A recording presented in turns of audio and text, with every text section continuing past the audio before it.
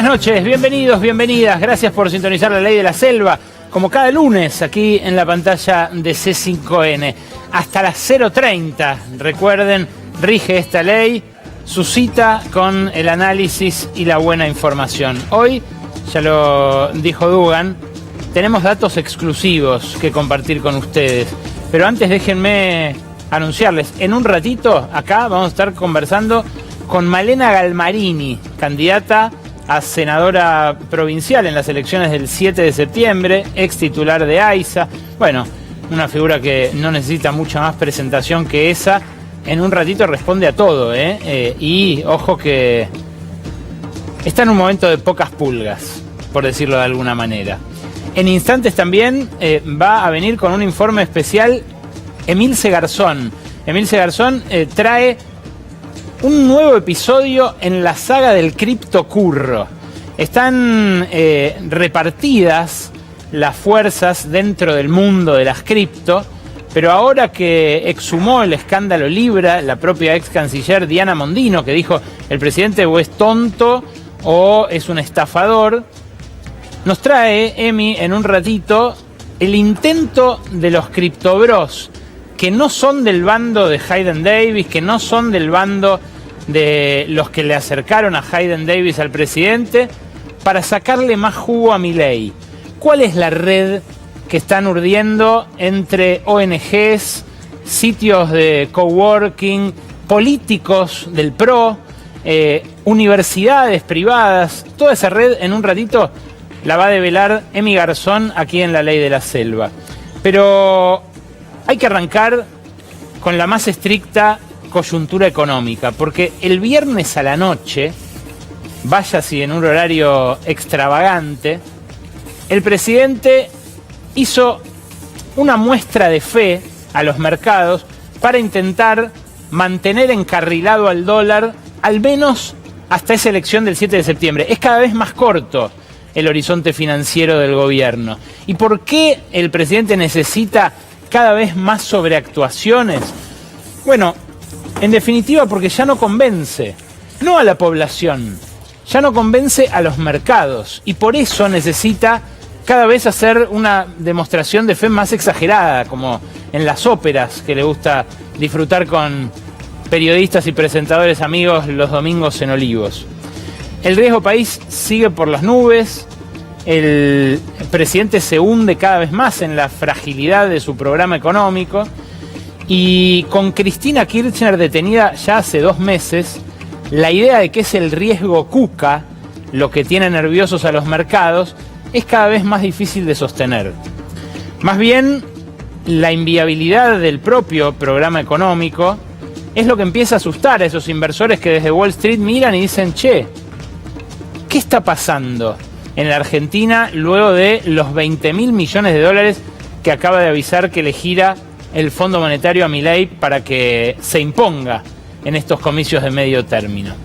Claro, si la Casa Rosada había culpado a Victoria Villarruel por el anterior traspié parlamentario en el Senado, en este caso en diputados no tuvo a quien echarle la culpa. Fue una paliza lo que sufrió la semana pasada un oficialismo grogui que ni siquiera sabía a quién le tocaba hablar, en qué momento, para intentar defender alguno de los decretos que voltearon en diputados, o también para frenar, por ejemplo, la emergencia universitaria, que vino justo antes del paro que toda esta semana hacen los profesores en todas las universidades nacionales, obviamente hartos de salarios que no tuvieron ninguna actualización en este primer semestre. Claro, dirán, la inflación bajó, claro, pero sigue habiendo. Y mantener sin actualización salarios que ya estaban achados por la motosierra feo el año pasado, bueno, los puso ya directamente en el umbral de la inanición.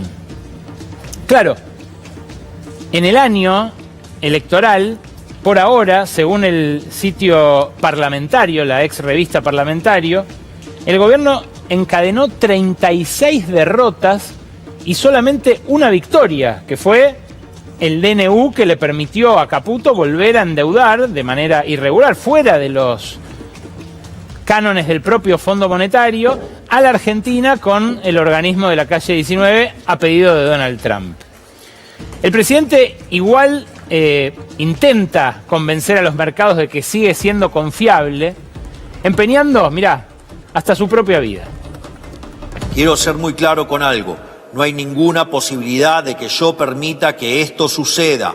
No vamos a volver atrás, no vamos a volver al pasado, no vamos a volver al sendero de la decadencia. Y al Congreso le digo, si ustedes quieren volver atrás, me van a tener que sacar con los pies para adelante. Me van a tener que sacar con los pies para adelante, dijo el presidente, que anticipó que va a haber penas en tribunales para los que osen votar en su contra en el Parlamento. Un desaguisado jurídico, constitucional total. Pero, en definitiva, lo que quería hacer es un gesto.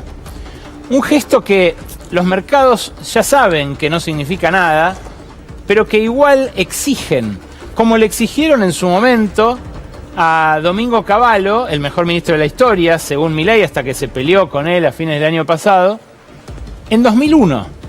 ¿Recuerdan el déficit cero? Bueno, los más jóvenes no lo recordarán, pero en 2001 hubo una ley que establecía que el déficit nunca iba a poder volver, que había que recortar sí o sí las partidas para llegar a ese déficit cero, y era una ofrenda de Cavallo a mercados que ya estaban dándole la espalda hacia mitad de 2001 y que en diciembre de 2001 directamente lo tiraron por la ventana. Claro, es algo que los propios funcionarios del equipo económico saben que tiene patas cortas, pero que a la vez no pueden evitar. Pablo Quirno, por ejemplo, en este momento secretario de Finanzas, pero también colaborador de Caputo en su anterior paso por el Ministerio del Endeudamiento con Macri, sacó un tuit el fin de semana donde, además de lo que Milei había dicho el viernes por la noche, puso en valor el desembolso del Fondo Monetario de 2.000 palos, que se demoró, porque al principio no se lo querían dar, dado que no había acumulado las reservas suficientes, pero que al final terminaron mandando. ¿Qué dijo? Bueno, el Fondo Monetario mandó la plata y con ese desembolso el Tesoro hizo la segunda operación de compra de letras intransferibles. Claro, esto que presenta Quirno como una gran novedad no es más que un hocus pocus financiero, un pase de magia contable de estos del mago Toto, que cuando se quedó sin dólares el año pasado, después de la super cosecha que hubo, apeló a un blanqueo, que tuvo esa montaña de dólares del blanqueo, que después cuando se acabaron vino a reemplazar con los del Fondo Monetario, luego con los de la cosecha, también muy buena de este año, pero que no parecen alcanzar nunca, por la voracidad de la demanda de dólares que, ahora van a ver, no para.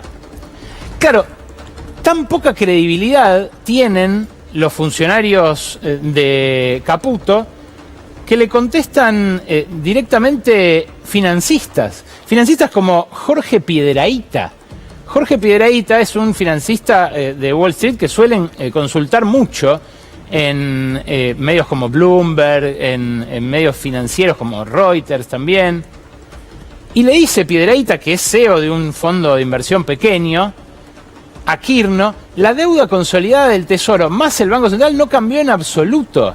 Le dice, le hablas en neutro porque viven son Spanglish, ¿no? Todos estos, también los propios miembros del equipo económico que vivieron más en Estados Unidos que acá, en el caso del viceministro, más en Chile que acá y también varias décadas en Nueva York.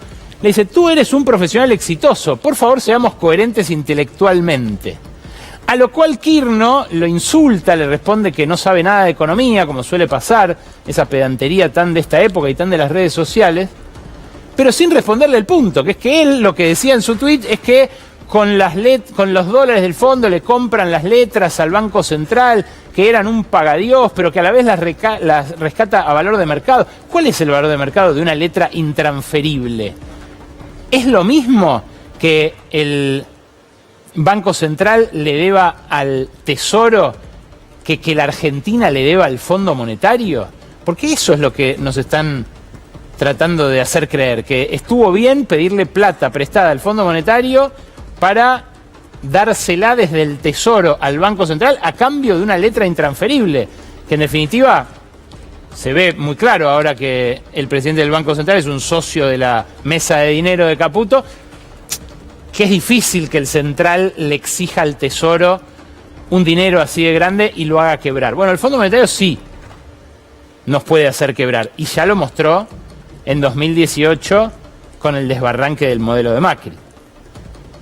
Claro, cuando uno ve la mesa de la cadena nacional del otro día, ve que hay un banco de inversión, el JP Morgan, que tiene una presencia destacada en el gabinete.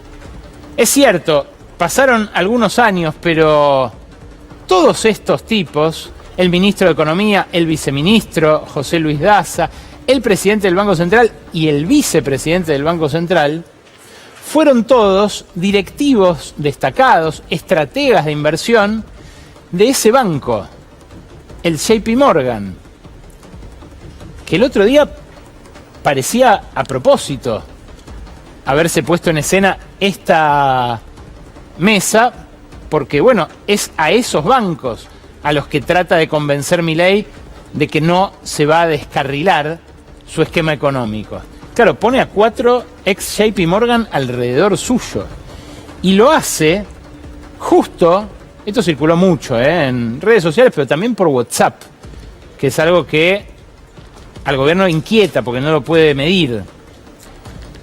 Lo hace justo cuando JP Morgan acaba de recomendar volver a la bicicleta financiera luego de haber recomendado saltar del asiento de la bici justo cuando el dólar empezaba a dar señales de que iba a subir. Claro, la pegan siempre. Los más conspirativos dirán, claro, la pegan siempre porque tienen todo el equipo económico.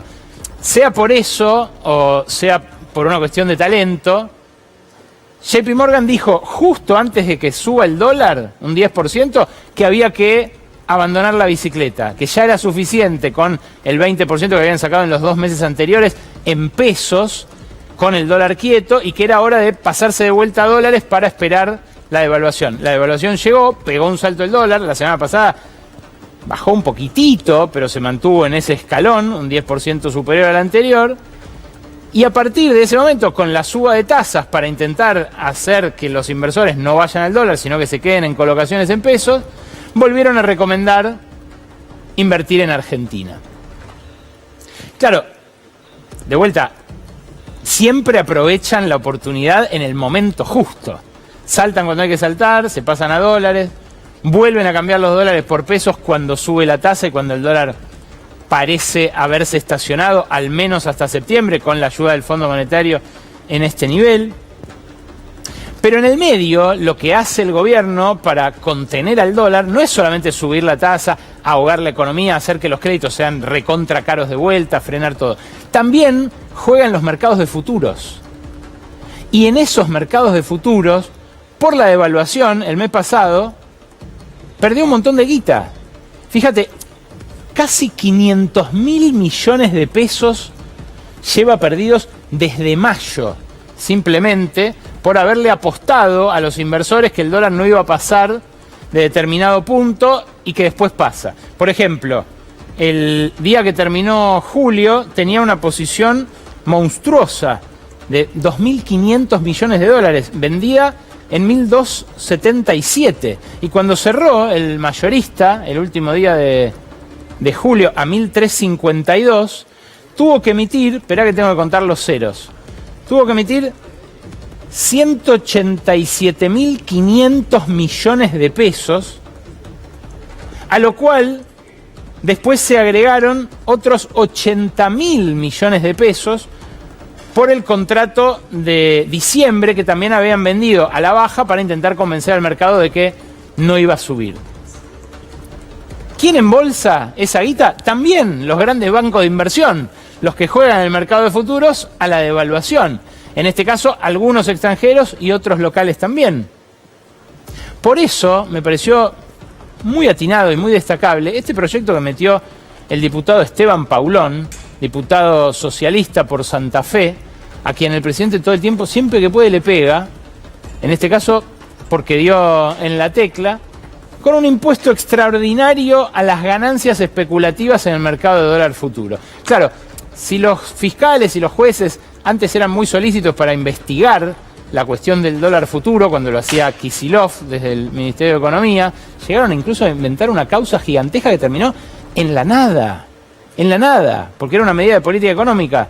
Bueno, ahora este diputado lo que dice es, no es una cuestión de tribunales, es una cuestión de política económica. Si están ganando tanta guita sin hacer nada, ¿qué tal si les cobramos un impuesto para poder darles lo que necesitan a los jubilados o a los discapacitados sin alterar el déficit fiscal? Veremos si le presta atención el presidente. Quizás, si fuera honesto con sus palabras del viernes, lo haga. Pero por ahora no hay señales de que vaya a hacerlo. Claro, lo que está pasando también es que todo el que puede se dolariza. El mago Toto se quedó sin conejos para los financistas, pero también para el pequeño inversor. Por eso están aumentando tanto los depósitos en dólares en los bancos. Hay quienes desde el oficialismo dicen, esto es una señal de confianza en el sistema, si no la sacarían.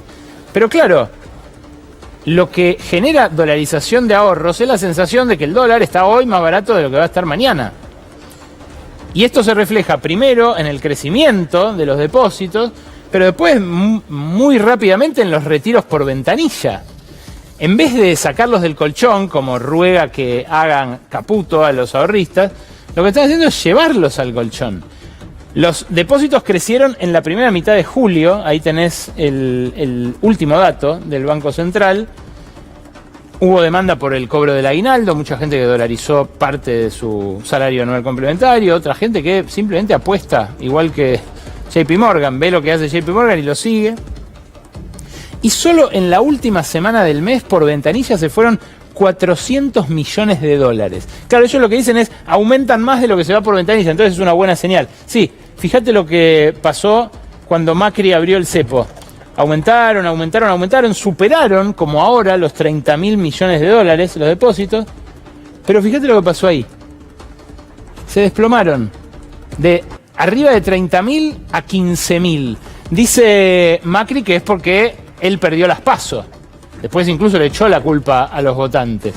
Pero la dinámica parece repetirse.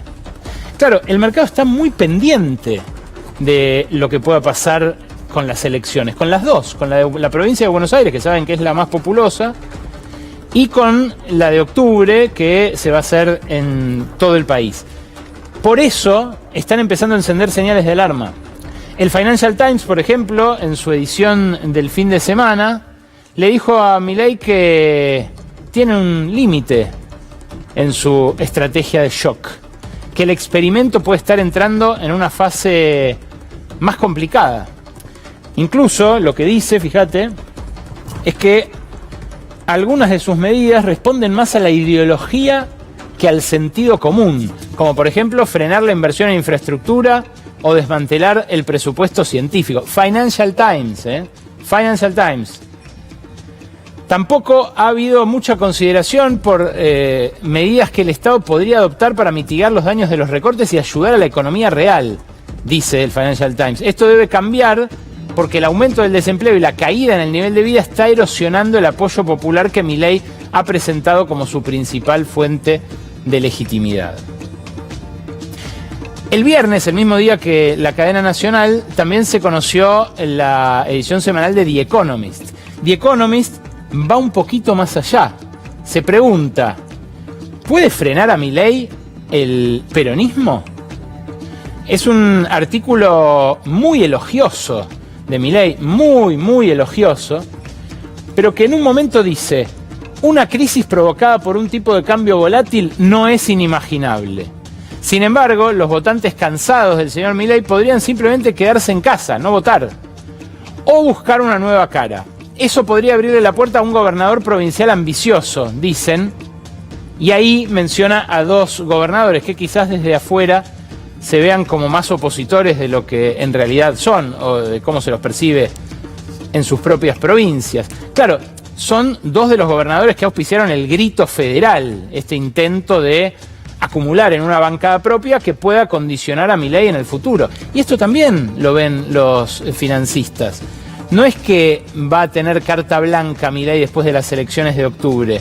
Si el oficialismo tiene alguna fortaleza todavía, es que la oposición que confluye en el Congreso está fragmentada en la oferta política. Pero si el peronismo no para de exponer sus internas a cielo abierto, si muestra que la unidad es forzada, que hay más conflictos que otra cosa, pero las encuestas gritan más que los gobernadores del grito, es más por una falencia del oficialismo que por una virtud de la oposición.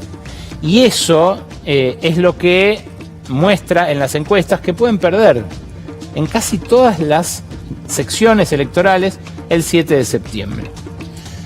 Claro, para esa campaña el oficialismo está decidido a apelar a todo su arsenal. Es una campaña en paralelo a la que fijó para intentar convencer a los mercados de que puede mantener el rumbo. Pero fíjate, arrancó con esta foto, la foto conocida a mediados de la semana pasada, en Villa Celina, y no con una foto que preveían en un principio y que consideraban más acorde a la estética de La Libertad Avanza. Claro, esta es la foto en la que pusieron la bandera de kirchnerismo nunca más, que me pareció de mal gusto compartir, dado que banaliza el genocidio, dado que intenta vaciar de contenido una bandera que casi todos los argentinos compartimos. Pero básicamente lo que quería mostrar es la pobreza. Por eso no cayó bien incluso ahí en Villa Celina. Algunos iban a sacarse selfies con Milei después, pero otros miraban de afuera y decían, che, que están mostrando la peor manzana del barrio. ¿Para qué? ¿Para mostrar que nosotros vivimos así? La foto que querían en realidad era una foto en el centro de distribución de Mercado Libre. Una foto en 3 de febrero que lo iba a mostrar a Milei junto con un Marcos Galperín triunfador, con uno de los exponentes, de los representantes de los empresarios que bancan a Milei, y que de paso le iba a dar al presidente la posibilidad de mostrar una inversión, ¿no? Que esta foto, cuando se la sacó en las oficinas de Vicente López, bueno, no inauguraba gran cosa. En este caso sí tenía para mostrar un galpón nuevo, un centro de distribución con su propia logística.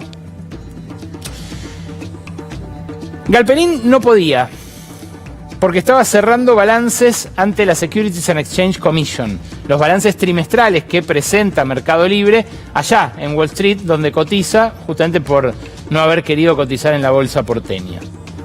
Ahí figuran las exenciones impositivas que recibió durante el primer semestre del año Mercado Libre.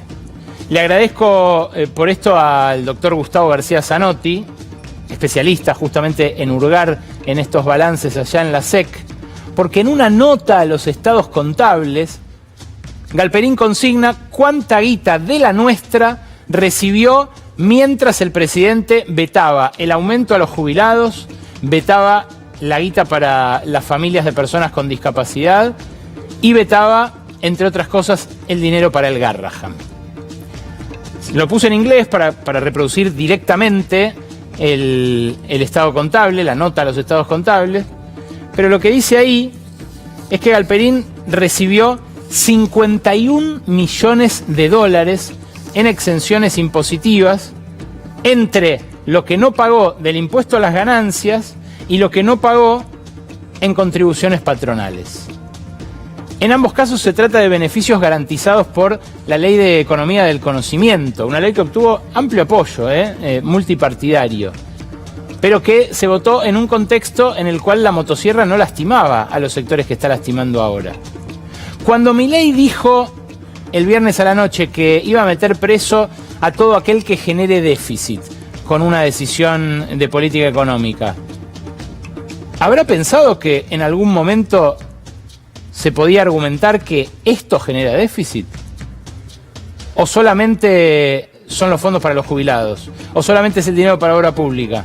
¿O solamente es el dinero para las familias con algún integrante con discapacidad?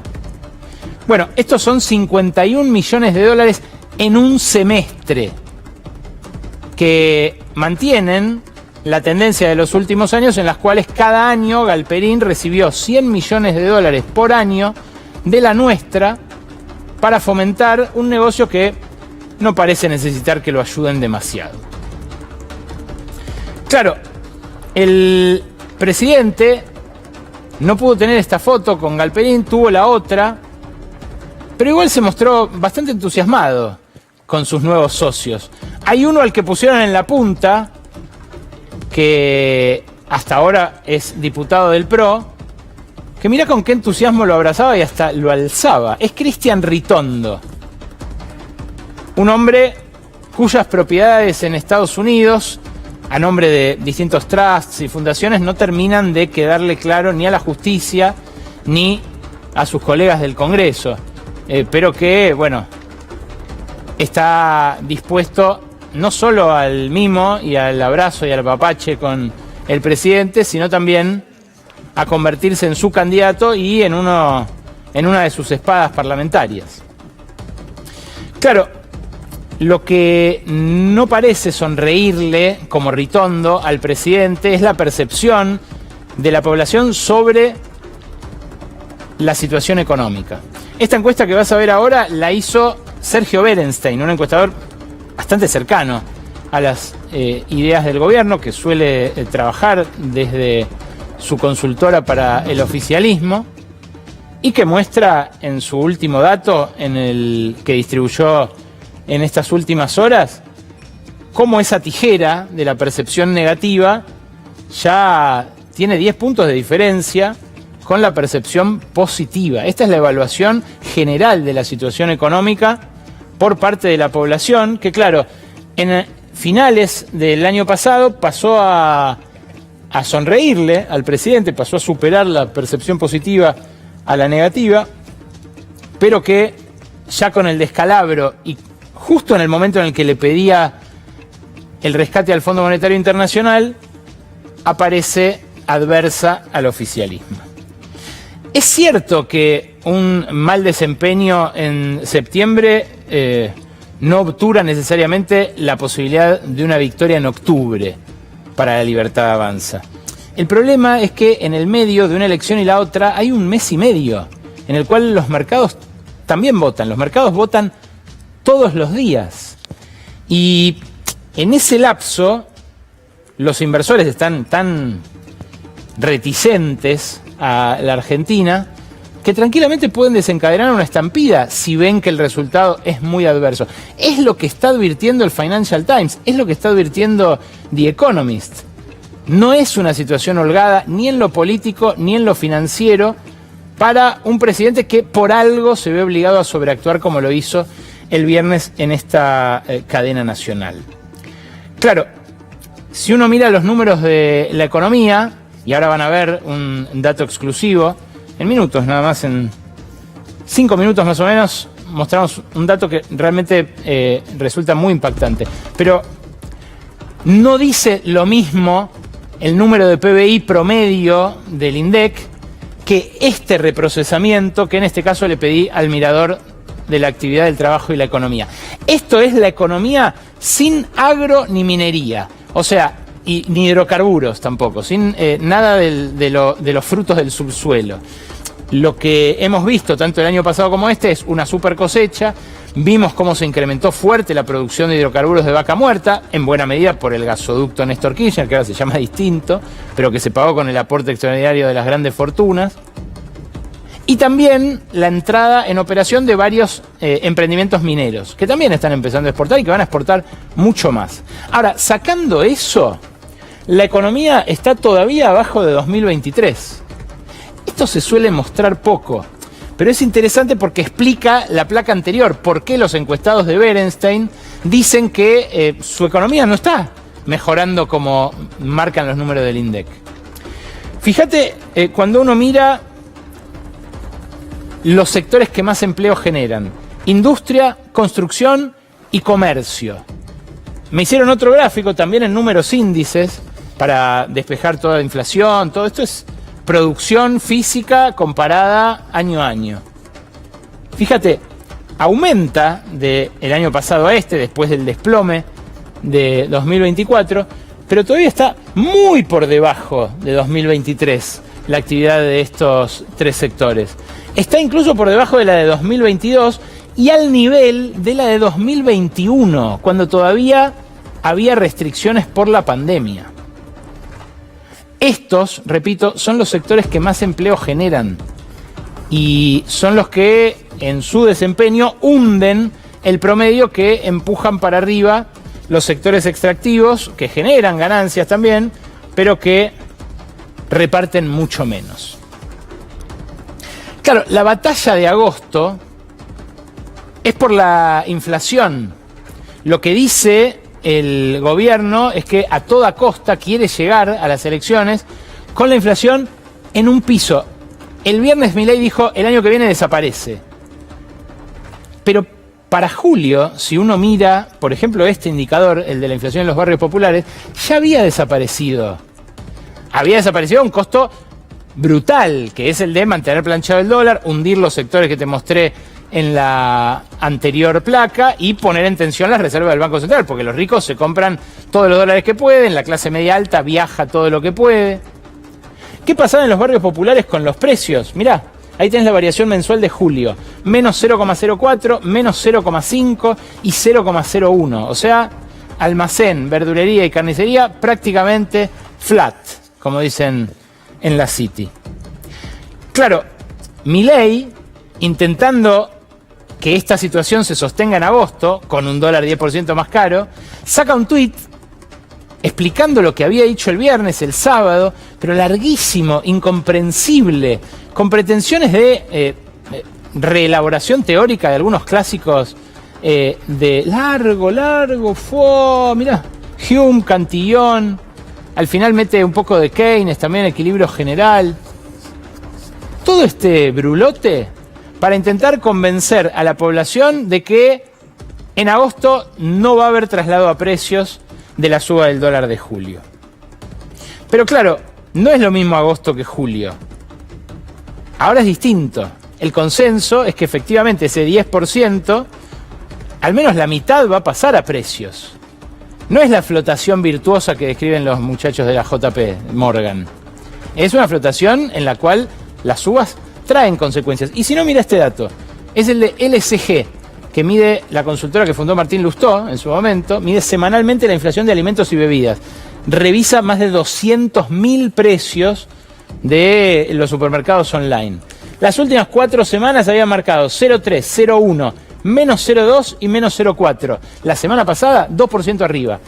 Para ir a una semana tan inflacionaria hay que irse hasta mayo, aquel 2,1%. Y más atrás en el tiempo, a la primera semana de marzo, ese 2,4%. Todos los demás fueron indicadores más suaves que los de la semana pasada. La semana pasada hubo un fogonazo inflacionario. Y no solo lo nota LSG, lo nota Equilibra también. La consultora de Martín Rapetti, quizás el que más, con más precisión dijo, che, el dólar va a subir. No es verdad que se va a ir al piso de la banda como decía Milei. ¿Qué midió Equilibra? Mira, frenalo ahí. Automóviles, nafta, productos de limpieza, cuidado personal. Esta es la inflación semanal de todos estos productos. Si podés subirlo, lo podés arrancar de nuevo, porque lo de los autos es impresionante. Los autos trasladaron el dólar directamente. Claro, ustedes me dirán, no todo el mundo se compra un auto. Es cierto, pero fíjate, del 12,4 que aumentó el tipo de cambio oficial, los autos trasladaron inmediatamente la mitad. Los otros van más de a poco. Pero tenés golosinas, remedios, aceites, todos arriba del 2%. Otros alimentos, 1,6%. Insisto, en la semana. ¿Qué no va a haber pass-through? Hay y mucho. Pero lo último que vamos a mencionar en este comentario editorial tiene que ver con el plan Platita que desplegó la Libertad Avanza para llegar a estas elecciones. Porque no dejó esto librado al azar. Por algo el Fondo Monetario le advirtió que después de las elecciones va a tener que restringir el acceso a determinados programas sociales. Esto que vas a ver ahora es una reelaboración de Exquanti, otra consultora especializada en estas relecturas de la encuesta permanente de hogares, que muestra hasta qué punto son determinantes los subsidios para que la gente se mantenga ahí, al filo de la pobreza y no se dispare. La pobreza en la medición del INDEC bajó, y no solo bajó respecto del overshooting inicial de la devaluación de Caputo, bajó también respecto de lo que dejó el Frente de Todos en ese último año caótico. Ahora, lo que bajó habría sido menos si no fuera por los subsidios y transferencias del Estado, que el gobierno decía, nosotros vamos a cortar. Fíjate, la línea marca la indigencia sin esas transferencias y las barras marcan la indigencia real. Sería de un 60% más, en vez de 6,9%, 11,2% la indigencia, si no fuera por esa ayuda. Y ahora lo que vas a ver es la pobreza. La pobreza la tenemos en otro gráfico. Este me parece que mezclaron este es el de pobreza. Este es el de pobreza, la anterior de indigencia lo pusieron al revés acá, pero esto es lo que rige, que es este gráfico. La pobreza sería 2 puntos más si no fuera por esas transferencias. Y ahora vas a ver lo que me pareció más revelador de este informe. Poné las últimas dos, Rodo, porque es impresionante ver esto. De los ingresos de los hogares pobres, de los ingresos de las personas pobres, cada vez mayor porción es la que representan los subsidios y las transferencias del Estado. Lo que grafica esta placa es eso, exactamente. De los indigentes, ¿cuántos ingresos provienen de los subsidios? Obviamente, en el 2020 y 2021 estos eran números altísimos. Más de la mitad de los ingresos provenían del Estado. Pero fíjate cómo en 2024, cuando debería haber empezado a florecer la economía de la libertad para los sectores menos pudientes, salta al doble la proporción de los ingresos de hogares pobres explicados por las transferencias del Estado. Saltan del 18 al 27% y después se van arriba del 31%. Y en el caso de los indigentes, que es... estos son indigentes. En el caso de los pobres, que es la siguiente placa, también está al revés, no pasa nada, son problemas de determinación de gráfica de acá, pero tengamos esto como referencia. Estos son de los ingresos de los pobres, ¿cuánto explica la ayuda estatal? 2020 llega al 26%, después vuelve a comprimirse por debajo del 10%, y con Milei en este último semestre vuelve a superar el 15%. Claro, cuando lo hace el peronismo, es demagogia preelectoral. Cuando lo hace el PRO, que lo hizo muy masivamente en la época de Carolina Stanley, o cuando lo hace Javier Milei, es un salvavidas necesario. Por supuesto que es necesario asistir a los que se caen del mapa. Lo que empezamos a ver cuando nos asomamos a estos números es que se hace, una vez más, pensando en unas elecciones en las cuales las encuestas no le sonríen al gobierno. Malena Galmarini, gracias por venir a la Ley de la Selva.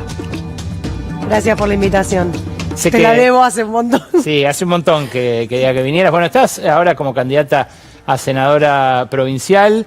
Es una elección que no sé si toda la gente entiende del otro lado, pero en la cual, ¿qué le venís a decir al bonaerense?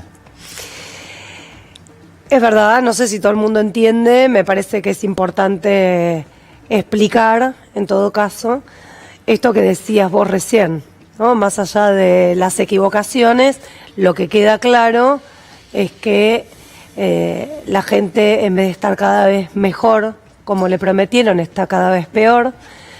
Hago una salvedad, si me lo permitís. Durante el 2020, cuando explota, el segundo semestre del 2020 es cuando aparece el COVID, y entonces ese crecimiento exponencial tiene que ver con el IFE, claro, obvio, con sí, el sí. ATP, Sí, sí. ¿no? Y ahora lo que está sucediendo es que la gente no le alcanza y que el gobierno libertario necesita hacer, entre comillas, populismo. Entonces, yo solo vengo a advertir, ¿no?, que al país le está yendo mal, y le está yendo muy mal, y que cuando hablamos de inflación, pareciera que esos 2,5 puntos de la inflación son muy bajos. Por supuesto, si lo comparamos con ese mentiroso 7.000% que iba a venir, o ese 25% que no era nuestro, sino producto de la devaluación de Toto, en realidad no es verdad, porque no están el agua, la luz, el gas, cuánto es la garrafa, cuánto, y por otro lado es cuánto se perdió para decirlo, para que la gente nos entienda, porque muchas veces yo miro los programas y por ahí no se entiende. ¿Cuánto se desplomó tu salario?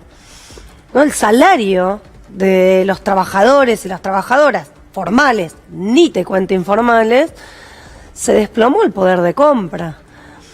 Entonces, yo lo que quiero decirle, no solo a los bonaerenses, sino a las y los argentinos, este es un modelo que no es para la Argentina, que el superávit o el déficit en realidad son una herramienta, y que si uno logra superávit fiscal a costa del hambre de nuestra gente, a costa de que cierren las pequeñas y medianas empresas, a costa de que nuestros jubilados no puedan pagar los medicamentos, o que tengan que elegir entre comer o tomar sus medicamentos, que los pibes no puedan ir a la universidad o a la escuela, porque se habla mucho de las universidades por el desfinanciamiento de este gobierno, pero a los pibes les cuesta ir a la escuela, a los padres les cuesta darles de morfar, las escuelas se caen a pedazos, y la provincia de Buenos Aires está siendo atacada por el gobierno nacional, que dice ser de la libertad, y en realidad lo que está provocando es mayor desigualdad, y a mayor desigualdad hay menor libertad. ¿Qué sentiste cuando lo viste al presidente decir que si lo quieren forzar al déficit lo van a tener que sacar con los pies para adelante el viernes? Me dio miedo. ¿En serio? Sí. ¿Por qué? Porque si el presidente está así de plantado, quiere decir que está dispuesto a que el país vuelva a una situación estilo 2001. Y entonces me da miedo por mis vecinas, por mis vecinos, por los jubilados, por los pibes que sienten que no hay futuro. Bueno, lo que propuso de penalizar al que vote una ley que ose desafiar ese superávit fiscal se parece mucho al déficit cero de 2001, justamente, ¿no? Por eso te digo, sí, la verdad me dio miedo. Creo que están cada vez más desorbitados, que están cada vez más, como dirían mis hijos, en un cumple. Bueno, es que a veces pareciera ser un gesto de fortaleza, pero... No, yo lo siento como de desesperación, ¿no? Digamos, cuando uno tiene que imponer, es más un gesto de desesperación, ¿no? ¿Desesperación por qué? ¿A quién están tratando de convencer con esa...? No, de desesperación porque se les cae la mentira, se les cae el superávit fiscal ficticio, mentiroso, porque se les cae esto de que, bueno, no hay, esto que decías vos, ¿no? El dólar se va a acomodar para abajo. No lo vimos nunca, no existe, siempre es para arriba, porque creo que le tienen mucho miedo a las elecciones, no solo en la provincia de Buenos Aires. Creo que se dan cuenta que no les alcanza, que... Bueno, eso, ¿no? Que me parece que la política tiene buen lejos, ¿no? Que parece todo fácil, ¿no? Es fácil tirar piedras, pero hay un momento en el que hay que sentarse, tomar decisiones, y que entonces ese fenómeno barrial pasó a ser un fenómeno internacional del hazme reír. Me da miedo también por mi país. Bueno, vos dirigiste AISA, y es AISA una de las empresas que anunciaron que ponen en venta. A mí lo que más me llamó la atención, yo en un principio me metí a investigar mucho esto, a buscar justamente quiénes podían ser los interesados y demás, pero después no apareció ninguno. Y un empresario grande de servicio público me decía, es raro que no aparezca ningún interesado internacional. A mí me parece una buena empresa AISA, me decía este tipo. Si me dan tarifas, si suben las tarifas, yo compraría. Lo que pasa es que no hay financistas, como diría Darín. ¿Cómo se explica esto? ¿Qué ves vos detrás? Yo creo que tiene que ver con el modelo y con la situación del gobierno. Por supuesto que AISA es una gran empresa, y además es una gran empresa porque cuando la tomamos luego del gobierno de Macri, estaba desfinanciada, caída, no hacía obras, no mantenía nada, debía 20.000 millones entre obras, y hicimos mucho esfuerzo. No hice yo el esfuerzo, lo hicieron los argentinos, las argentinas. Es una empresa del Estado como YPF, como Aerolíneas, que además abastece de agua a 1/3 de la población argentina, que vive en 3.300 kilómetros cuadrados. O sea, todos uno arriba del otro, que es el conurbano y la capital. Y la verdad que había quedado primera en los rankings de transparencia, que estaba expandiendo la red, más que nunca, incluso cuando estaba Néstor Kirchner, hicimos 4.000 kilómetros. Pero por lo tanto, no es un problema de la empresa. No, pero puede ser un negocio haciendo esas obras y cobrando el agua a un valor razonable, o tiene que convertirse en algo parecido a lo que era en su momento AISA, o Aguas Argentinas, perdón. Bueno, ellos lo plantean desde ahí, ¿no? Desde la rentabilidad. Para mí el agua no es un negocio, ¿no? Y para mí no se negocia. El agua, nosotros somos agua, nosotros es el primer alimento. Pero puede ser una condición. Entonces, yo, digamos, no estoy de acuerdo. Creo que el agua es un derecho humano y que para eso está el Estado, ¿no? Para que quienes pueden paguen y quienes no pueden no paguen. Lo que hoy está sucediendo es que le cortan el agua a quienes no pueden pagar. Primero, dejaron de hacer obras que además no es verdad que le hacen daño al Estado, porque además, para decirlo claro, cada caño que se entierra es patrimonio del Estado argentino, de los argentinos y las argentinas, no le queda a la concesión, independientemente de que la concesión es una concesión al Estado argentino y a los trabajadores de la empresa. Claro. O sea, es una... Pero bueno, ellos creen que si no hay negocio no sirve, y de hecho decía recién, bueno, ¿quiénes son los que estarían interesados? Primero salió Mekorot, que es la empresa israelí estatal. Sí. Es una empresa estatal de otro país. Sí. Hoy están en danza la empresa de Santiago de Chile y la empresa de Sao Paulo, que es estatal. Claro. Y la de Chile es mitad, más o menos, mitad y mitad. Por lo tanto, en realidad tiene que ver con la concepción de que al que no le corresponde, no le corresponde. No, esto de la meritocracia, bueno, si no llegas es porque, bueno, no lo mereces. Sí, sí, sí. No quiero decir malas palabras, está de moda, ¿no? Sí, Pero, sí. bueno, sos un tonto, sos un idiota, o todas las palabras que dice el presidente de la Nación para describirnos un poco a todos. Yo creo que AISA es una gran empresa que tiene grandes trabajadores y trabajadoras, que si hemos podido hacer es porque estaban ellos, pero bueno, hoy hay un presidente de la empresa y un ministro de Economía que creen que agua tienen que tomar solo los ricos.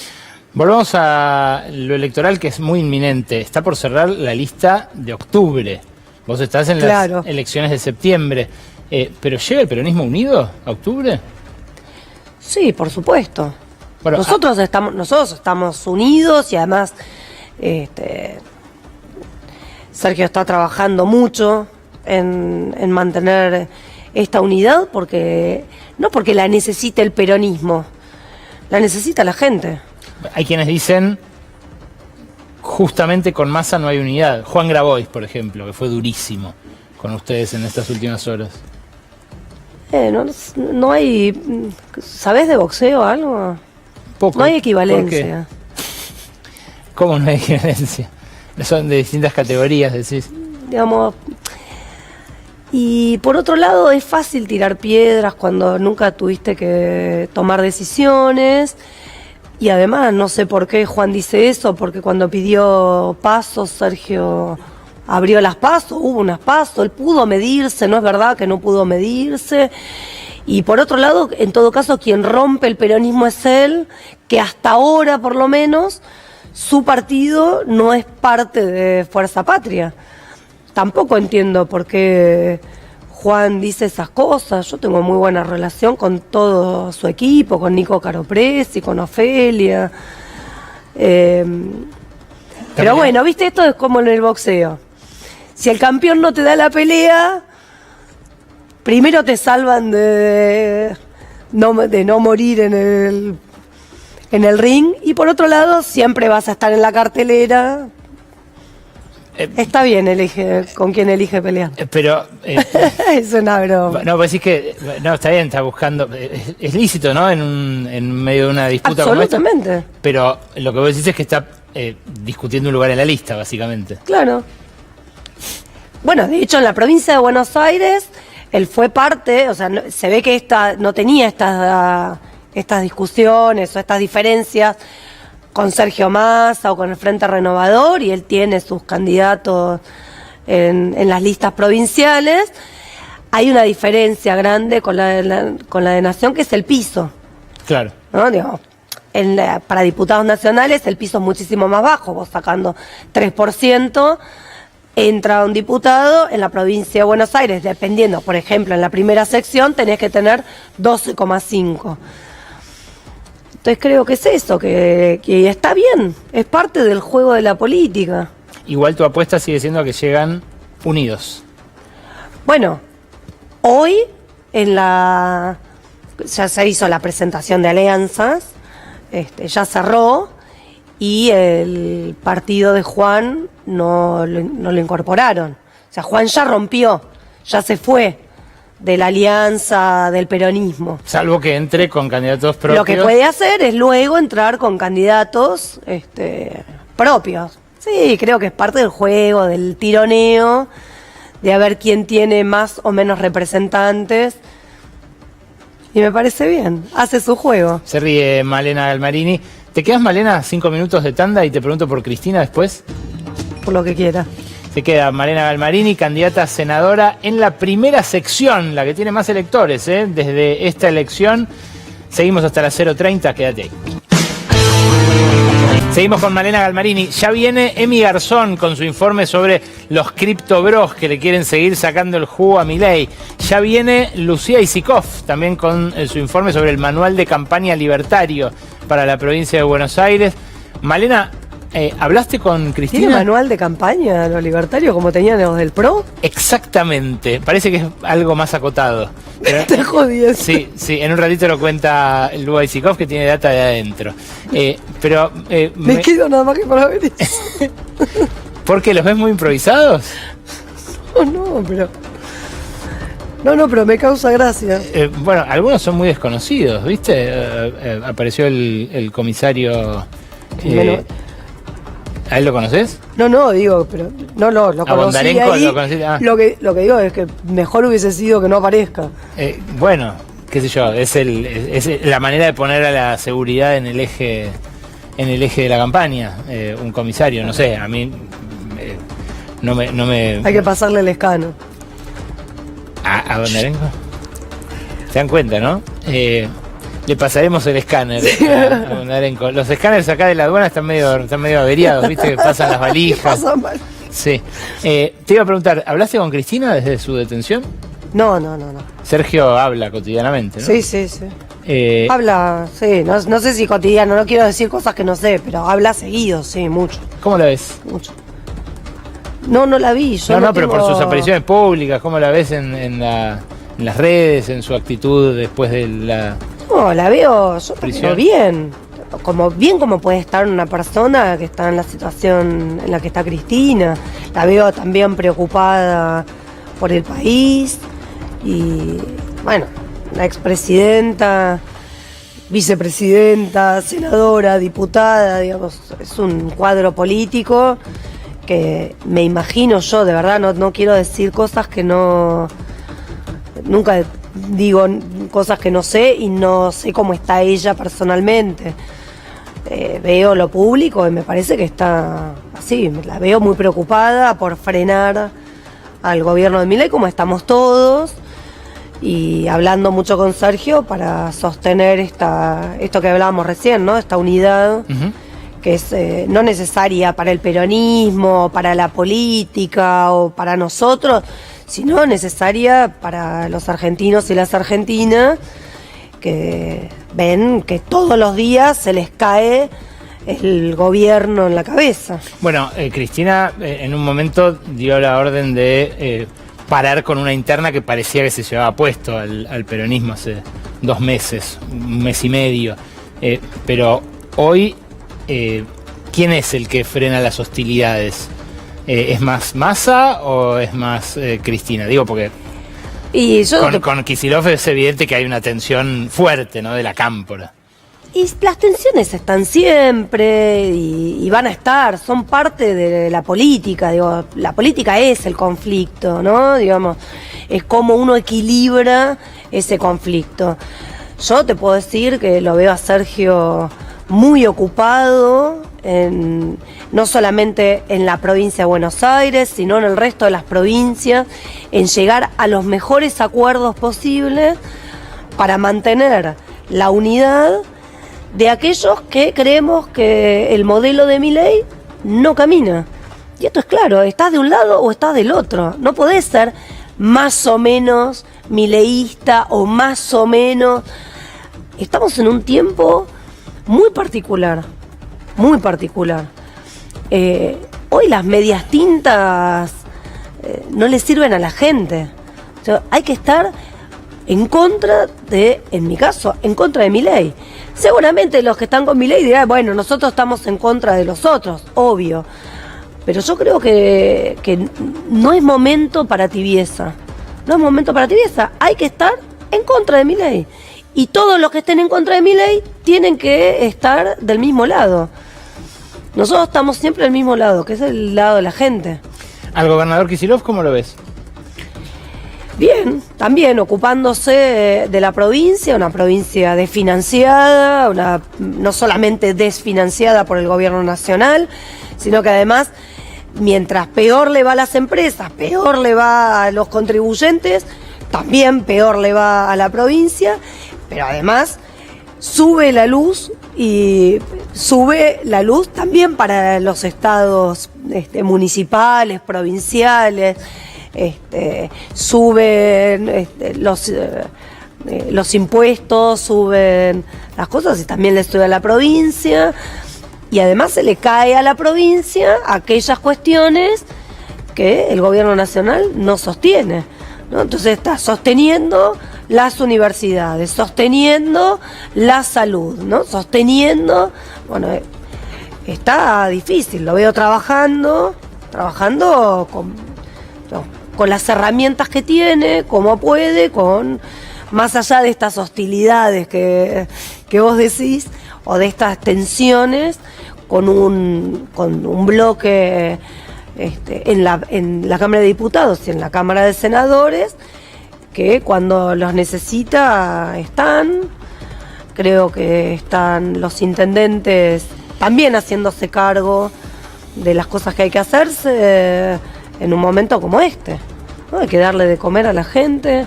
Parece mentira, pero de nuevo hay mucha gente trabajadora y de clase media que no llega a fin de mes. Malena Galmarini es candidata en segundo término a senadora bonaerense por Fuerza Patria. Suele mirar este programa el exministro de Economía. Por ahora no tengo ningún mensaje en el WhatsApp, así que espero que te haya visto y apruebe tu performance, Malena. Bueno. Y si no aprueba. Y si no haya él, ¿no? Gracias, Malena, por venir. No, gracias a vos. Me voy al encuentro de Emi Garzón. Vení, acompáñame. Acompáñame que Argentina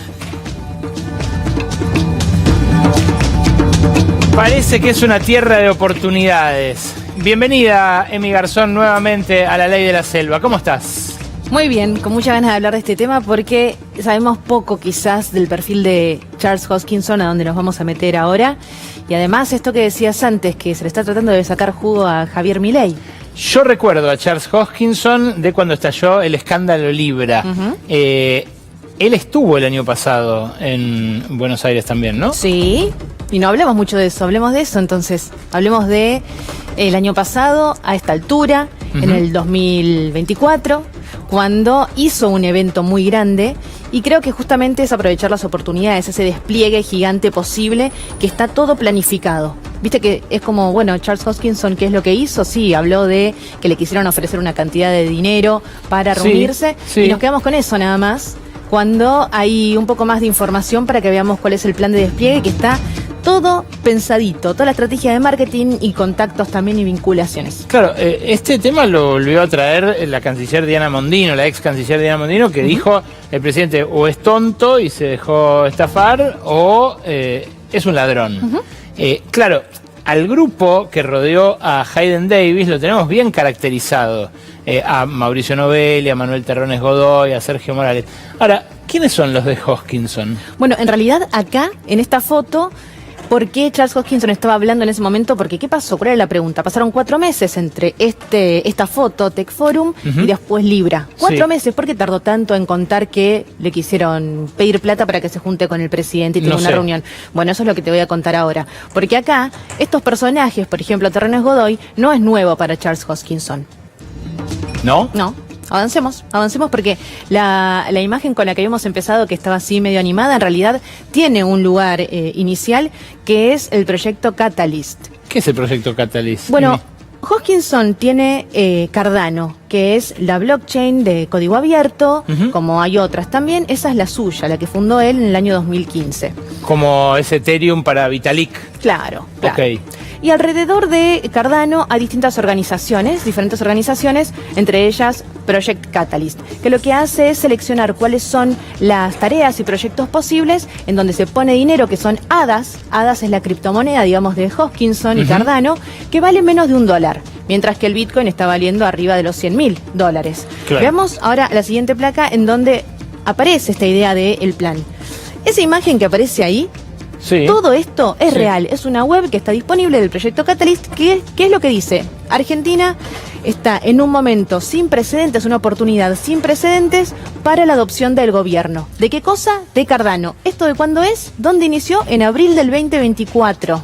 Bien. Este plan. Antes de que se gestara todo el escándalo Libra. Antes. Mucho antes. Mucho antes. ¿Por qué les interesa tanto a los hombres fuertes del mundo cripto la Argentina? Bueno, es tierra de oportunidades porque igual acá hay una explicación, que era el momento de inflación. Justamente ahí abajo lo describe. Hay un 180% de inflación, que es alarmante, y ahí Argentina tiene la posibilidad de tener soluciones con blockchain, con cripto, incluso haciendo ofertas en el cambio de gobierno. También era importante que estaba Javier Milei, que venía hablando así como un libertario que iba a dinamitar el Banco Central. Entonces, claro, a ellos les es simpático. Yo lo escuché a Hoskinson cuando estalla Libra decir esto, decir, bueno, a mí el discurso de Milei me atrae.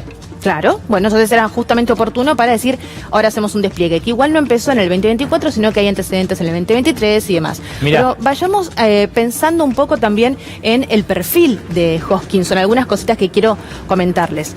Hoskinson no es solamente la persona que dijo, bueno, me quisieron coimear para que yo me junte con el presidente Javier Milei.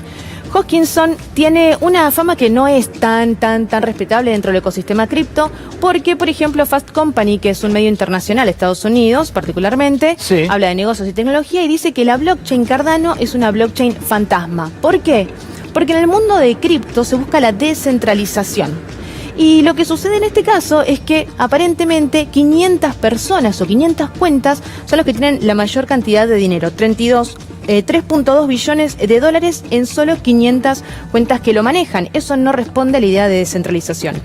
Por otro lado, también existe Atómico 3, que es una empresa que hace lo que es tokenización de litio, que es algo que se está haciendo acá en Argentina, y la CNB dijo que es fraudulenta, está en stop y ahora la están investigando. ¿En dónde está ese proyecto?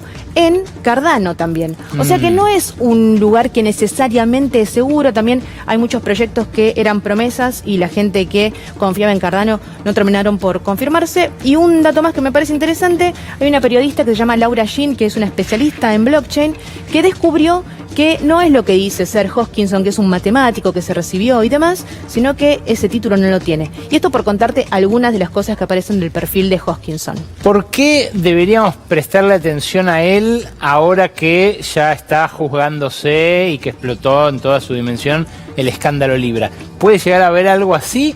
¿O vos a lo que apuntás es más a una red de contactos para intentar generar un negocio que no necesariamente es espurio? No necesariamente es un negocio que sea malo, lo que pasa es que no es la blockchain más confiable, y por otro lado también se le dice a él que es un gran lobista. De hecho, en otro de sus sitios web, donde aparece, lo voy a leer textual, cuál es el plan que tienen, y ahí vamos a ir a lo siguiente, que es AEDN Nation. Ellos decían directamente, Cardano y su comunidad, que era un momento significativo para la comunidad Cardano.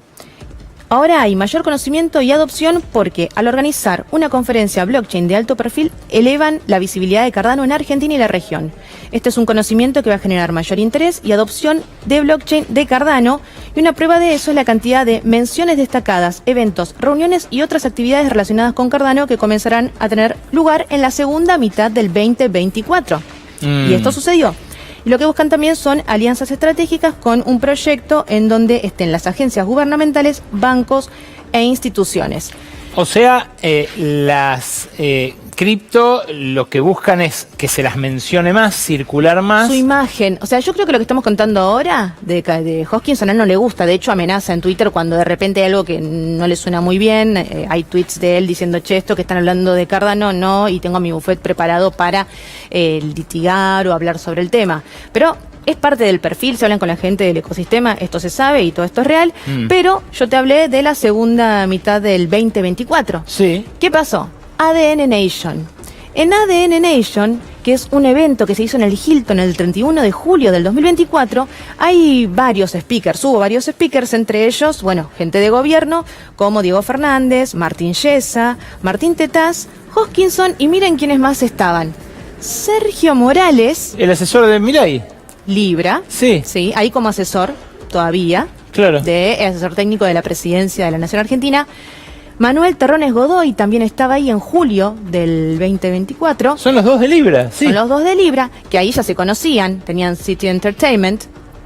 Y además dijimos que lo importante son las vinculaciones. Ellos tienen un plan en lo tecnológico, el plan es una tríada que son políticos, vinculación con políticos, universidades y por otro ONGs. Ahí están los Machiavelli. Claro. Que eran en ese momento todavía funcionarios de la ciudad. Claro, como Eduardo Machiavelli, que es el papá de Lucas Machiavelli, que es la mano derecha de Hoskinson en Argentina, es embajador de Cardano. Esto no es nuevo, esto 2024, 2023, los vínculos ya estaban. Y además, también vemos que hay universidades, con la Universidad de Buenos Aires, con la Facultad de Derecho, hay una vinculación. Lo mismo con UTN Buenos Aires, que esto no es menor. UTN Buenos Aires también había hecho un acuerdo inicial con Keep Protocol, que había empezado el año pasado y lo quisieron desmentir, pero ese acuerdo estaba. Keep Protocol en su web tenía que con la UTNBA había un acuerdo, o sea que fíjate que la red ya se estaba ampliando y hoy también tiene acuerdos con UTNBA, lo que es Cardano. Perdón, Keep Protocol también estaba en el escándalo Libra, porque con Julian P. en ese momento. Claro, que después descubrimos que se llamaba distinto, que sí. entró a la Argentina al menos con otro nombre. Sí, Sí, bueno, aparentemente en un evento de Cardano fue que se hizo la presentación entre Sergio Morales, la gente de Keep Protocol, y de ahí llega la UTN, porque hay acuerdos para entrar a Ciudad y son importantes esas vinculaciones. Y además, las fundaciones y comunidades. ¿Por qué todo esto es importante? Porque le da como cierta relevancia o autoridad a una red, una blockchain como Cardano, que no es que es de las más importantes y quieren aumentar su valor. Y en eso también está la Fundación Blockchain Argentina como una de las fundaciones que fue la que organizó también ADN Nation en julio del 2024, junto con Cultura C3, que tiene algunos problemas vinculados con acoso laboral, y ahí en el medio aparece Fundación Apolo tratando de dar apoyo y también vinculada con Fundación Blockchain Argentina, y Fundación Apolo significa que es Yamil Santoro que lo dirige. Ah, mira vos, otro personaje de la política. Perdón, ya se habló de Yesa, ya se habló de Machiavelli, se habló de Tetaz, ahora de Yamil Santoro. ¿Por qué buscan rodearse de políticos los criptoempresarios? Bueno, hay un deseo muy grande siempre de lo que es blockchain, de meter esta tecnología en lugares del Estado. Hay blockchain pública, en Argentina estaba la blockchain federal argentina que quedó ahí frenada, pero lo interesante es que también puedan meter su criptomoneda en ciertos contratos. Eso también está en la web específica donde se dicen cuáles son los hitos de Cardano y uno es eso. Y no conformes con esta red, también llegaron a abrir oficinas este año, la gente de Cardano. Tenemos oficinas en Puerto Madero, en Catalinas, Retiro, Puerto Madero. Esto fue en mayo, ahora hace unos meses nomás. Están en las Catalinas, ahí Retiro, Puerto Madero, y también, bueno, tenemos la apertura, tenemos Lecael, que está acá con la motosierra, justamente con una influencer libertaria, amiga de Agustín Laje. Ah, mira. Sí. Y bueno, trata de acercarse lo que más puede a Milei. Yo creo que algo que pasó fue que se estaba perdiendo la oportunidad cuando cae Hayden Davis de la nada. No sabían y de repente están ahí pidiendo plata, o por lo menos él dice que una coima. Yo creo que lo que pasó es que Cardano dijo, se nos está yendo de las manos esta oportunidad de meternos, de acercarnos a Javier Milei, y vino con estos, con Novelli, Terrones Godoy, Keep Protocol, Davis, Morel. ¿Qué pasó acá? Entonces, lo que quiso hacer es cuidar mucho su imagen para que no se hable de este tipo de cuestiones. Cuando estalla el escándalo Libra y Hoskinson habla, concretamente lo que dice, ¿qué es? Recordárselo a la gente. Lo que él dice es que cuando estaba en esa reunión, ahí cuando fue el Tech Forum, sí, es que le había pedido, hizo con la manito así, plata, sí, alguien que estaba alrededor de Javier Milei. No menciona No dijo quién. No dijo quién. Y eso, ¿sabes para mí por qué tuvo que ver? Primero para despegarse, porque apareció esa foto. Esa foto ya existía desde antes. Lo que pasa es que cuando estalla Libra, llama la atención que este Hoskinson... La foto del Tech Forum que vos arrancaste acá mostrando. La foto del principio. Bien, ahora, la fiesta que hace Hoskinson es antes del Tech Forum de Terrones Godoy y Morales. ADN Nation sí, se hizo en julio, sí, como un parte del plan de marketing de despliegue en Argentina, sí, para que tenga cierta validez y veracidad. Y ahí estaban invitados Morales, Terrones Godoy, varios más, también políticos, Lucas Machiavelli, pero Tetaz, entonces medio Yesa, que una antesala al Tech Forum. Claro, pero medio lo terminaron primereando Hayden Davis y los suyos, ¿no? Sí.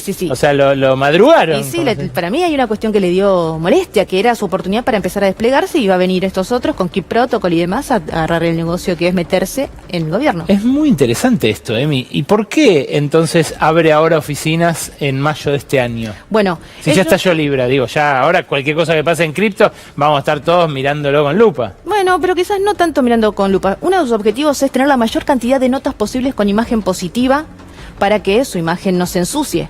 Alrededor del mundo incluso es eso como plan, pero para Argentina se pone dinero específicamente que sale de Fundación Cardano y demás, con un sistema de votaciones, pero además lo importante es que quieren llegar a lo que es el gobierno acá de la ciudad y nacional, y lo intentan hacer por lugares de costado, pero sí, siempre que puedan instalar eso es poner dinero en una blockchain para que puedan hacerse transacciones y que tenga validez, incluso contratos del Estado y demás.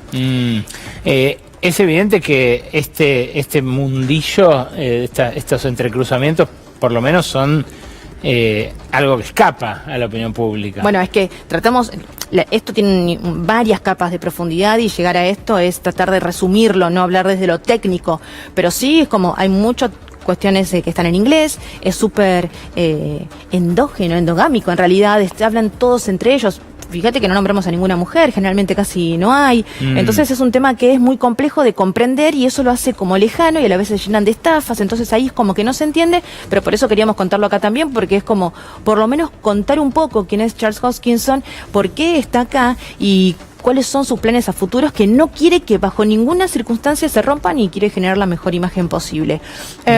Lo que sigue para este año, sí, en estos eventos cripto, bueno, vamos a tener Bitcoin con la BitConf en noviembre y después Ethereum. Ahí va a venir DevConnect de la mano de Vitalik Buterin y siempre lo que se está esperando ahí quizás es la fotito con Javier Milei como la aprobación y vamos a ver qué pasa, pero son lugares que vamos a tener que estar observando porque incluso este último evento que te conté se esperan más de 10.000 personas y va a suceder en la rural y también en Aleph, crecimiento, otro lugar, otro espacio que en el año pasado había sido un búnker político en algún punto también, estuvo Reidel y demás, pero otro día si querés lo hablamos. Súper interesante, es un vergel de conexiones esto que trae Emi. Claro que te vamos a consultar de vuelta sobre esto, pero ahora cuando dijiste 10.000 personas entendí, Argentina es uno de los países más entusiastas con la cripto, ¿no? Es de los más entusiastas, también lo que se hace es plantear un espacio en el que vengan personas desde afuera, y sí, hay mucho talento, pero a la vez es tierra de oportunidades cuando efectivamente tenés posibilidades de tokenizar y que, bueno, libertarios y demás, y también el desconocimiento ayuda. Sí, ojo con la billetera, en este sentido. Gracias, Emi, por esto. Por supuesto. Sigue Lucía Isikoff con esto que vas a ver ahora.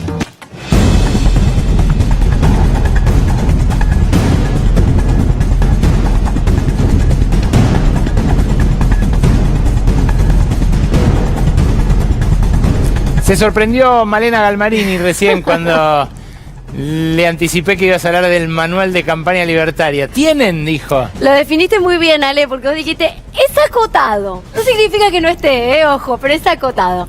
Mira, arrancamos así, te desempolvé una vieja joyita del pasado, que era esto sí es un manual, el manual de Cambiemos. Cuando todavía era Cambiemos, ni siquiera Juntos por el Cambio. Hubo varios.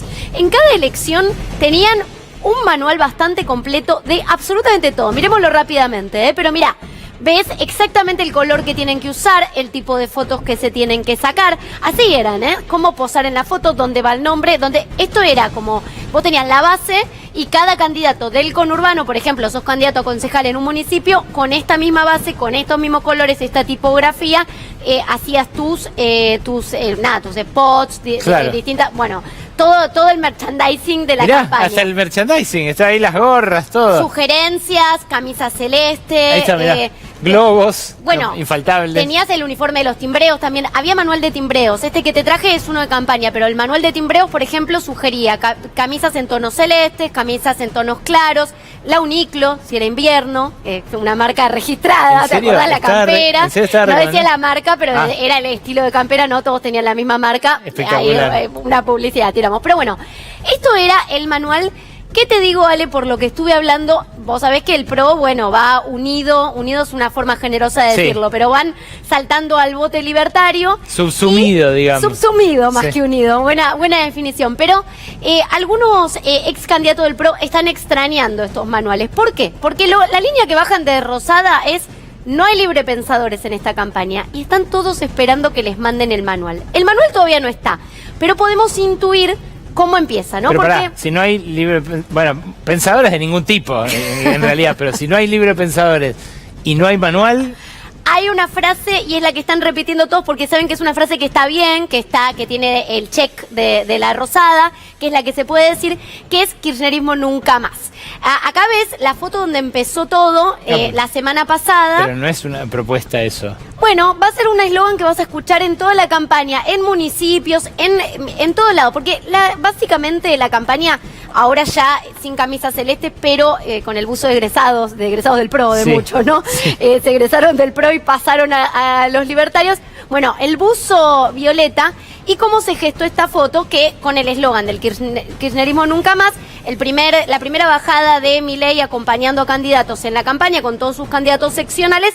¿Sabés cuánto tardó, no? En hacerse esta foto y todo, digamos, todo el acto de este día.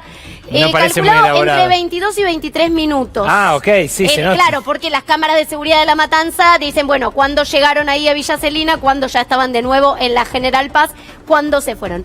Pero esto marca, Ale, cómo empieza la campaña. Y ahora ya tenemos un indicio de hacia dónde quieren ir. El ideólogo de este eslogan, que veías kirchnerismo nunca más, fue Santiago Caputo, reintegrado un poco a la fuerza, muy a su pesar, a la campaña. Se le ocurrió esto, dudaron si este eslogan o ningún K más, pero se definieron por kirchnerismo nunca más. Ah, Estuvo ningún K más. Ay, Dios. Eran otro de las ideas que había lanzado, puesto sobre la mesa. Y acá tenés las primeras réplicas, ¿no? Esto lo hace, bueno, tenés algunas que son de La Libertad Avanza, Partido Nacional, y otras directamente el bonaerense, pero toda la campaña es esta idea, porque lo que van a priorizar es la batalla cultural. Esto lo instala Santiago Caputo, Sebastián Pareja se encarga de dar los busitos y de más o menos sostener esta línea. Hay mucho enojo, Ale. ¿Por qué? Porque, bueno, la gente de Caputo sigue enojada. ¿Sabes lo que me decían? Yo digo, bueno, pero ¿quién está trabajando en el conurbano, digo, de Santiago Caputo? ¿Quién está metido en la campaña? Agustín Romo se fue a esquiar. Digo, ¿se fue a esquiar? ¿Es literal o estás enojado y me estás diciendo eso? No, se fue a esquiar y vuelven estos días y ahí va a ver qué onda la campaña. Bueno. Y digo, bueno, no, está enojado, está dolido, bueno, pero dejó a los suyos ahí tirados, ¿no? Entonces, hay mucho enojo, no saben bien cómo encarar la campaña porque no tienen libreto. Hay muchos candidatos a los que el propio Santiago Caputo no respeta como candidatos porque no son los candidatos que puso él, los que eligió él. Y ese es el humor que hay hoy. Vamos a mirar ahora una combi, una traffic ploteada, que así empieza la campaña en el conurbano. Estas son las herramientas que hay por ahora. Las herramientas de campaña no están bajando recursos. Obviamente no hay plata para la campaña. Dicen, esperemos que haya plata para la fiscalización. Esta creo que es una de Escobar. Pero bueno, así está planteada la campaña en los distintos municipios. Te digo que el humor está raro. Mañana va a haber una reunión entre los que quedaron, digamos, como encargados de bajar la línea de la Rosada, porque tampoco la Rosada habla con los candidatos. Los que decidieron bajar la línea son, por ejemplo, Diego Valenzuela encabeza la lista por la primera sección. Sí. Él es el encargado de todos los municipios de la primera, ir y bajar una línea. Va a tener un Zoom mañana con los distintos candidatos. Bondarenko se supone que de la tercera, pero no todos lo tienen tan, estimado como un candidato. Así que hay muchas dudas. Yo preguntaba, ¿ministros nacionales van a estar bajando al territorio? Bueno, Patricia Bullrich se espera que sí haga algún acto con Bondarenko, con un eslogan que va acorde al manual de campaña, que es delincuencia nunca más. Pero bueno, la línea de campaña es esto, es la batalla cultural, es el número, ¿no?, de la baja de inflación que quiere presentar el gobierno, y en la tercera sección, sobre todo, una Patricia Bullrich metiéndose y obviamente Bondarenko con la línea de seguridad. Eso es lo que hay, Ale, y también esto que vimos en las últimas horas, que se va a explotar en redes sociales lo fake, ¿no? Porque ¿sí? habrás visto el de Axel Kicillof. Sí, sí. Bueno, Perdón, que lo escandaloso. tuitea el propio Adorni. Mira, lo vamos a ver un segundo, Sí, pero... sí. Es algo que no.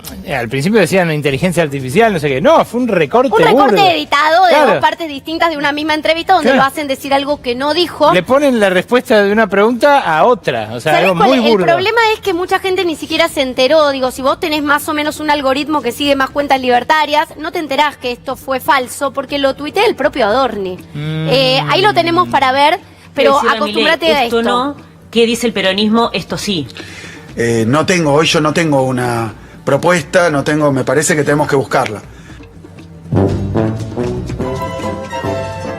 Claro. Bueno, no es que abunden las propuestas en el peronismo, pero digamos, claramente, si Kicillof respondía eso en su primera entrevista con el lanzamiento de campaña, están en problemas, ¿no? Pero bueno, la campaña libertaria, polarización total contra el kirchnerismo, con los riesgos, Ale, que eso conlleva, porque viene diciendo Javier Milei, los vamos a extinguir. Después, no solo de octubre, sino del 7 de septiembre, ganamos la provincia y los extinguimos, me sacan patas para arriba. Bueno, de la economía de guerra a la campaña de guerra, ese es un poco el concepto que bajan los libertarios.